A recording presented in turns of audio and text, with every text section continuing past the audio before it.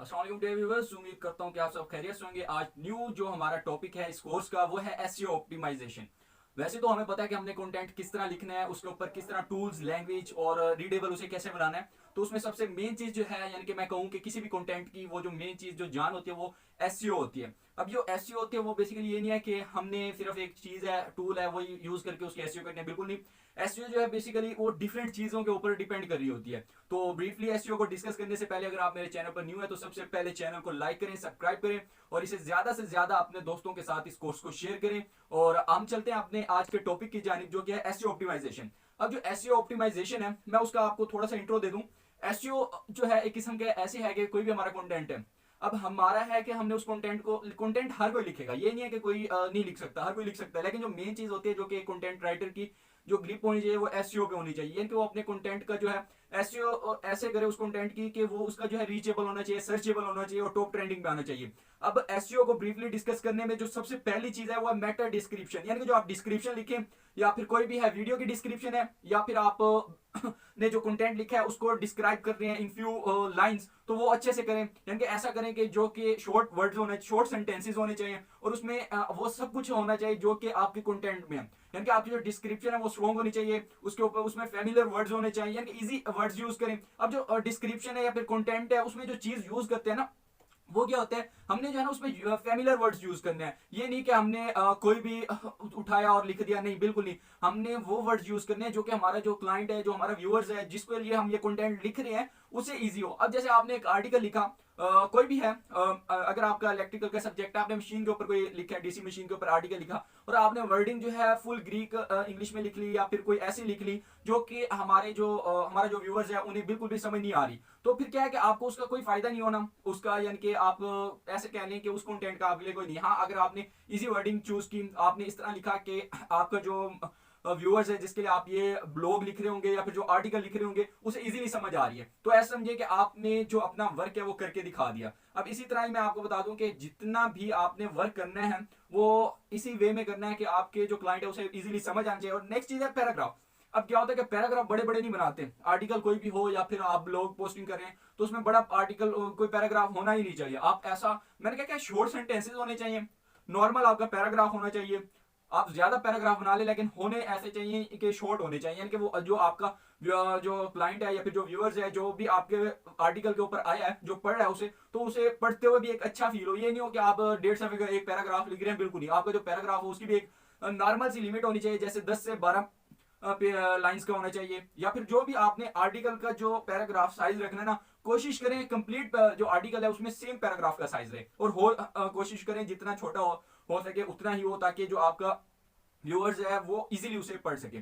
जो नेक्स्ट चीज है वो इमेजेस, यानी कि आप अगर कोई भी आर्टिकल लिख रहे हैं, जो कोई भी कंटेंट राइटिंग का लिख रहे हैं या फिर कर रहे हैं, टाइप कर रहे हैं, आर्टिकल है, ब्लॉग पोस्टिंग है, या फिर कोई भी है डॉक्यूमेंटेशन है, या फिर आप किसी भी इंडस्ट्री के अंदर कुछ उसे शो ऑफ करा रहे हैं, तो उसमें आपने एक चीज ख्याल रखनी है, वो ये कि वहां पर आपने इमेजेस लगानी है।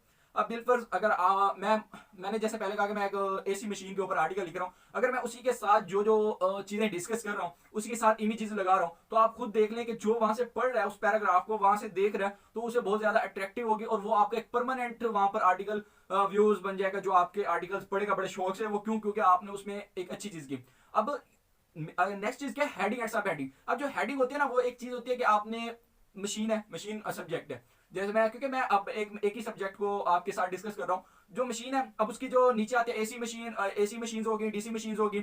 अब एसी मशीन में, डीसी मशीन में एसी मोटर्स हो गई, एसी जनरेटर्स हो गए, यानी कि डिफरेंट चीजें। अब ये जो है उसकी सब हेडिंग्स हैं और जो मेन हेडिंग है वो मशीन है। तो इसी तरह जब भी आप अपना आर्टिकल लिखें तो उसमें जो हेडिंग है और सब हेडिंग है, इनका फॉन्ट जो है ऐसे रखें कि जो अट्रैक्टिव लगे, और इसमें ज्यादा करने की जरूरत नहीं होती। आप ये है कि ये देखने जितना सिंपल आप करके अपना लिखेंगे, लेकिन ये है कि आप अपना साइज, हेडिंग्स और जो पैराग्राफ की जो साइज है उसको नॉर्मल वे में रखेंगे, आपको बहुत ज्यादा अच्छे से कंटेंट लिखा जाएगा और अच्छा लगेगा भी सही आपके व्यूअर्स को भी, और उसकी एसईओ बड़ी स्ट्रांग होती है। हम कहते हैं यार मैं क्या करूं, लेकिन उससे ये कि आप बड़ी अच्छी एसईओ करें। अब जैसे फेमिलियर वर्ड्स आपने यूज किए, तो उसमें क्या है कि वहां से जो आपका व्यूअर्स है वहां पे टैग्स अच्छे बन जाते हैं, जो सर्च किए जाते हैं वो आसान लफ्जों से किए जाते हैं हमेशा, कोई भी टॉपिक हो। अब जिसने करना है वो एसी मशीन ही लिखेगा, वो ये तो नहीं लिखेगा यानी कि अल्टरनेट करंट मशीन, या फिर नहीं वो डिटेल में नहीं, उसे जो बताया गया एसी मशीन, डीसी मशीन, तो वो उसी पे ही फोकस करेगा, वो उसकी डिटेल में नहीं जाएगा, उसके प्रोनाउंसिएशन में नहीं जाएगा। हाँ आप एसी आप इजी वर्डिंग जब यूज करेंगे, फेमिलियर वर्डिंग यूज करेंगे, तो आपको इंशाल्लाह इसमें मजा आएगा।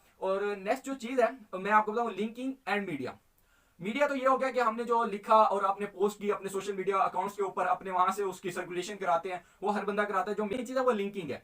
अब लिंकिंग क्या है एसईओ ऑप्टिमाइजेशन में, मैं वो आपको बता दूं। अब लिंकिंग में हमारा ये काम होता है कि जो हमारी ऑडियंस है ना, क्योंकि ऑडियंस जो है एक किस्म का आप ये समझ लें एक हाल है, उसमें ऑडियंस बैठे हैं। अब आपने जो है अट्रैक्शन के लिए ना, अब स्टेज के ऊपर बहुत से लोग खड़े हैं, लेकिन आपने क्या करना है कि आपने अपनी अट्रैक्शन करनी है ऑडियंस की अपनी तरफ। तो वो करने के लिए आपको क्या करना पड़ेगा, अब लिंकिंग में वो सारा कुछ करना है हमें।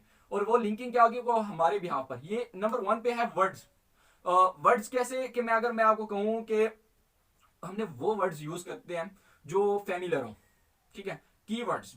और अब एक होता है वर्ड, एक होता है कीवर्ड। वर्ड वो होता है कि जो हम ऐसे इजी वर्डिंग यूज कर रहे होते हैं अपने कंटेंट के अंदर। और फिर नेक्स्ट चीज आती है कीवर्ड। कीवर्ड क्या होता है कि कीवर्ड होते हैं वही इजी वर्ड होते हैं जो आप सर्च करें अपने कीवर्ड प्लानर के ऊपर। डिफरेंट सॉफ्टवेयर हैं जो कि जिनको मैंने आपको एक्सेस जो है लिंक जो है अपनी डिस्क्रिप्शन में दिए हुए हैं, वहां से आप जाकर वो देखें। वहां पर कीवर्ड प्लानर है जहां से आप हाई रैंक जो है वर्ड्स उठाएं। अब वहां पर क्या है कि जो ग्रीन होगा ना, फुल ग्रीन जो शो कर रहा होगा, मार्क आएगा, वो ऐसे समझें कि वो बहुत ही सर्चेबल कीवर्ड है।